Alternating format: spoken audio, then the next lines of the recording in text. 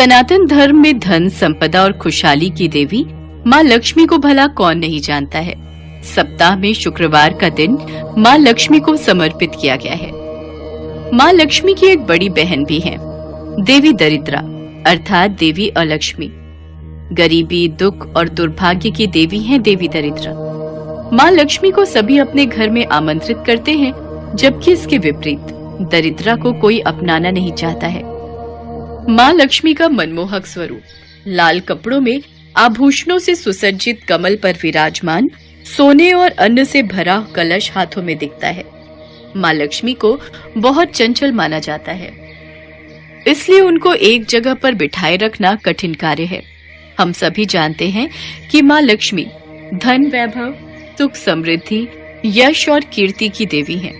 वहीं दूसरी तरफ देवी लक्ष्मी की बड़ी बहन देवी दरिद्रा को गरीबी, दुख और दुर्भाग्य की देवी माना जाता है। पुराणों में किए गए वर्णन से पता चलता है कि देवी दरिद्रा के बाल बिखरे हुए हैं, उनकी आंखें लाल रहती हैं और वो हमेशा काले वस्त्र धारण किए रहती हैं। शिव पुराण में वर्णित कथा के अनुसार समुद्र मंथन के समय देवी लक्ष्मी के पहले दरिद्रा की उत्पत्ति हुई, इसीलिए देवी दरिद्रा को देवी लक्ष्मी की बड़ी बहन माना जाता है।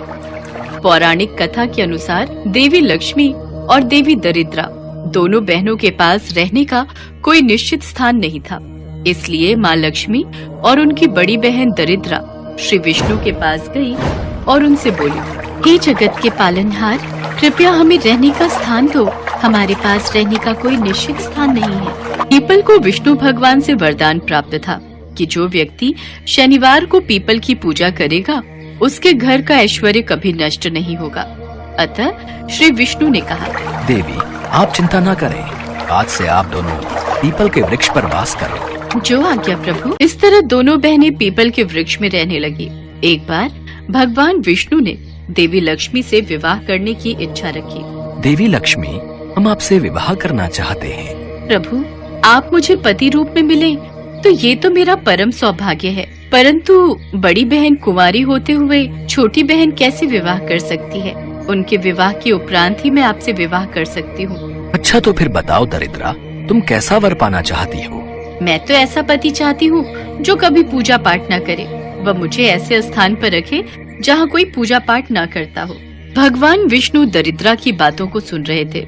इसके पश्चात उन्होंने दरिद्रा का विवाह उद्दालक नाम के ऋषि से करवाया।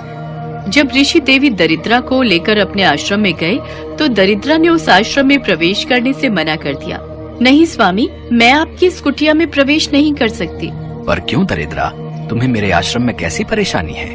अभी तो तुमने मेरे आश्रम को देखा तक नहीं। मैं सिर्फ उन्हीं घरों में जाती हूँ जो घर गंदे रहते हो, जहाँ के लोग हर समय लड़ाई झगड़ा करते रहते हो, जहाँ लोग गंदे कपड़े पहनते हो और जहाँ रहने वाले लोग अधर्म या गलत काम करते हो। जिन घरों में हमेशा साफ सफाई रहती हो। पर इस आश्रम को देखकर तो लगता है कि यहाँ के लोग सुबह जल्दी उठते हैं, रोज भगवान की पूजा अर्चना करते हैं, साफ कपड़े पहनते हैं। ऐसे स्थानों पर मैं प्रवेश नहीं कर पाती। ऐसे घरों में मेरी छोटी बहन देवी लक्ष्मी का अधिकार होता है। अब दरिद्रा की शर्तानुसार उन दोनों को ऐसे स्थान पर वास करना था जहाँ कोई भी धर्म कार्य न होता हो। ऋषि उसके लिए उसका मन भावन स्थान ढूंढने निकल पड़े, लेकिन उन्हें कहीं पर भी ऐसा स्थान न मिला। दरिद्रा उनके इंतजार में विलाप करने लगी। श्री विष्णु ने पुनः लक्ष्मी के सामने विवाह का प्रस्ताव रखा तो लक्ष्मी जी बोली, प्रभु, जब तक मेरी बहन की गृहस्थी नहीं बसती मैं विवाह नहीं करूंगी। ठीक है देवी लक्ष्मी, धरती पर तो ऐसा कोई स्थान नहीं है जहाँ कोई धर्म कार्य न होता हो, इसलिए मैं अपने निवास स्थान पीपल को रविवार के लिए दरिद्रा व उसके पति को दे दूंगा। उसी दिन से हर रविवार पीपल के नीचे देवताओं का वास न होकर दरिद्रा का वास होता है। अतः इस दिन पीपल की पूजा वर्जित मानी जाती है। पीपल को विष्णु भगवान से वरदान प्राप्त है कि जो व्यक्ति शनिवार को पीपल की पूजा करेगा उस पर लक्ष्मी की अपार कृपा रहेगी और उसके घर का ऐश्वर्य कभी नष्ट नहीं होगा।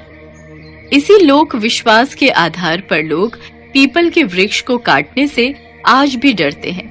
लेकिन ये भी बताया गया है कि यदि पीपल के वृक्ष को काटना बहुत जरूरी हो तो उसे रविवार को ही काटा जा सकता है।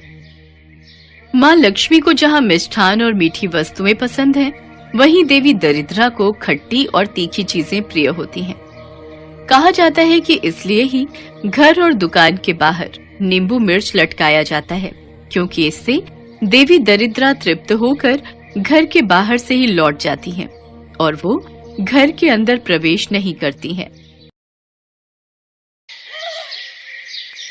एक समय की बात है, मोहनपुर नामक गांव में सदानंद नाम का एक गरीब ब्राह्मण रहता था। वो स्वभाव से बहुत धर्म कर्म और पूजा पाठ करने वाला था। ब्राह्मण नियम से रोजाना सुबह पीपल के पेड़ पर जल चढ़ाता था।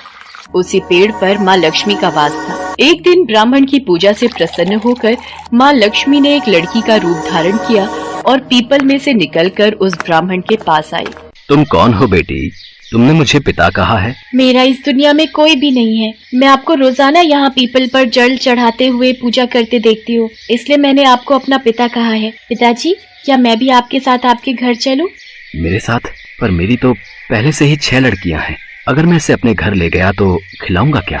हम तो रूखा सूखा खा लेते हैं, पर ये बेचारी रूखा सूखा कैसे खा पाएगी? ब्राह्मण कुछ नहीं बोला और वापस घर लौट आया। अब ब्राह्मण जब भी पीपल पर जल चढ़ाने जाता तो ऐसा हर रोज होने लगा। इसी चिंता में ब्राह्मण बहुत कमजोर हो गया। उसका मन अशांत रहने लगा। एक दिन ब्राह्मण की पत्नी उससे बोली, सुनो जी, क्या बात है? आप कुछ दिनों से अशांत और दुखी दिखाई दे रहे हो। मैं आपकी इतनी सेवा करती हूँ, फिर भी आप इतने कमजोर क्यों होते जा रहे हो? इसका क्या कारण है? आपको कौन सी चिंता सता रही है? मुझे कहिए, शायद मैं आपकी कोई सहायता कर सकूं। यशोदा, कुछ दिनों से मैं जब भी पीपल पर जल चढ़ाने जाता हूँ, उस पीपल में से एक लड़की निकल कर आती है और मुझे बड़े प्रेम से पिताजी कहकर बुलाती है और रोजाना मेरे साथ आने की बात कहती है। अब तुम ही बताओ, हम उस कन्या को क्या खिलाएंगे और उसकी क्या सेवा करेंगे? अरे, तो इसमें चिंता की क्या बात है? जहाँ हमारे 6 लड़कियाँ हैं, वहाँ एक और सही। और उसने आपको पिता कहा है। अब वो हमारे यहाँ आएगी तो अपना भाग्य साथ लेकर आएगी, इसलिए उसे कल अपने साथ ले आना। अगले दिन जब कन्या रूप में माँ लक्ष्मी ने ब्राह्मण को घर साथ चलने के लिए कहा, तो वो लड़की को अपने साथ घर ले आया। जिस दिन से ब्राह्मण उस लड़की को घर लाया, उसी दिन से उसके दिन बदलने लगे। यशोदा, तुम्हें पता है, भिक्षा के लिए जहाँ रोज मुझे 1 या 2 कटोरी आटा मिलता था, आज मुझे बोरी भरकर आटा चावल मिले हैं। यशोदा, मुझे तो लगता है कमला हमारे लिए देवी लक्ष्मी का रूप बनकर आई है। वैसे हमारी सब बिटिया बाहर खेल रही हैं, पर कमला बिटिया कहाँ है? रसोई में जबरदस्ती खुद खाना बनाने चली गई है। मैंने तो उसे कहा कि तू अभी बहुत छोटी है, तेरा हाथ जल जाएगा, पर वो नहीं मानी। हम सबके लिए भोजन बना रही है। अच्छा, फिर तो मैं जल्दी से हाथ मुंह धो लेता हूँ। अपनी कमला बिटिया के हाथ का गरम गरम भोजन खाऊंगा। कन्या ने गूंथने के लिए आटा निकाला तो आटे की परात अपने आप भर गई। वो कन्या जिस किसी चीज को हाथ लगाती वो दुगनी हो जाती। कन्या रूपी देवी लक्ष्मी ने कई प्रकार के भोजन बना दिए। सभी ने उस दिन भरपेट भोजन किया। कमला, तुमने तो बहुत ही स्वादिष्ट भोजन बनाया है। पिताजी, फिर तो आप थोड़ी सी दाल और ले लो। सब भोजन कर चुके थे। थोड़ी देर बाद ब्राह्मणी का भाई मिलने गया। यशोदा बहन, कहाँ हो? अरे ज्ञान भैया, आप अचानक? हाँ, वो गांव में थोड़ा जरूरी काम था, सोचा तुमसे मिलता चलूं। तुम बैठो, मैं तुम्हारे लिए पानी लाती हूँ। यशोदा बहन, बहुत जोरों की भूख लगी है, कुछ खाने को हो तो वो भी लेती आना। सब तो भोजन कर चुके हैं, अब मैं ज्ञान भैया को क्या खिलाऊंगी?